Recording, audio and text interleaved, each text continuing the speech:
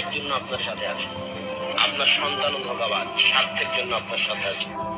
স্বার্থহীন নিঃস্বার্থ ভাবে পৃথিবীতে যদি কেউ আপনাকে ভালোবেসে থাকে, সেটা কে? আপনার প্রতিপালক। আমার এই ভাইকে আল্লাহ পাক নেক হায়াত দান করুক। একজন বাংলাদেশে একজন 100% হক্কানে আলেম, যার পরিকল্পনা আমার পরিকল্পনা হুবহু মিল, যার পরিকল্পনার সাথে যার কথা বলার উদ্দেশ্য আমার কথা বলার উদ্দেশ্য 100% মিল। যদি কেউ আপনাকে ভালোবেসে থাকে, সেটা কে? আপনার প্রতিপালক। 100% মিল।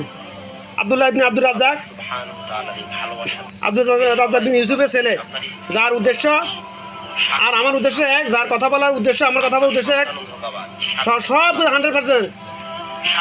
আমার এই ভাই যে ফান্ডটা তৈরি করতেছি, আমি যে উদ্দেশ্যে একটা ফান্ড তৈরি করতেছি 5 বছর আগে থেকে আমার ভাই এটা শুরু করে দিয়েছে, কজে হাজানা দেওয়া শুরু করে দিয়েছে। আমি কজে হাজানা দেওয়ার জন্য একটা ফান্ড তৈরি করতেছি আমার ব্যক্তিগত বা আমার ব্যবসা থেকে অল্প অল্প করে দিয়ে ওখানে রেখে আজকে 5 বছর ধরে অনেককে আমি জানাচ্ছি ওই ফান্ড সম্বন্ধে। আমার এই দিনী ভাই, যাকে আমি আল্লাহর জন্য ভালোবাসি, এত ভালোবাসি এটা বলে বোঝানো সম্ভব না। একজন হক্কানে আলেম, ও ধর্ম ব্যবসায়ের কোনো না যে যারা পরিমাণে তার মধ্যে নাই, উনি একজন হক্কানে আলেম, কোনো ধর্ম ব্যবসায়ী না। আপনারা সবাই ওনার কথা শুনবেন, ওর কথা শুনবেন, তাহলে ফতবর্ষ হবেন না ইনশাল্লাহ।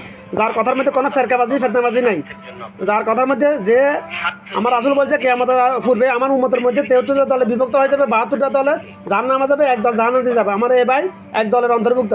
আমার এই ভাই এক দলের অন্তর্ভুক্ত, অর্থাৎ জান্নাতি দলের অন্তর্ভুক্ত। আমার এই ভাই দিনী ভাই জান্নাতি দলের অন্তর্ভুক্ত। আর বেশিরভাগ আলমা জাহেদ ধর্মব্যাসী এটা 72টা দলের অন্তর্ভুক্ত।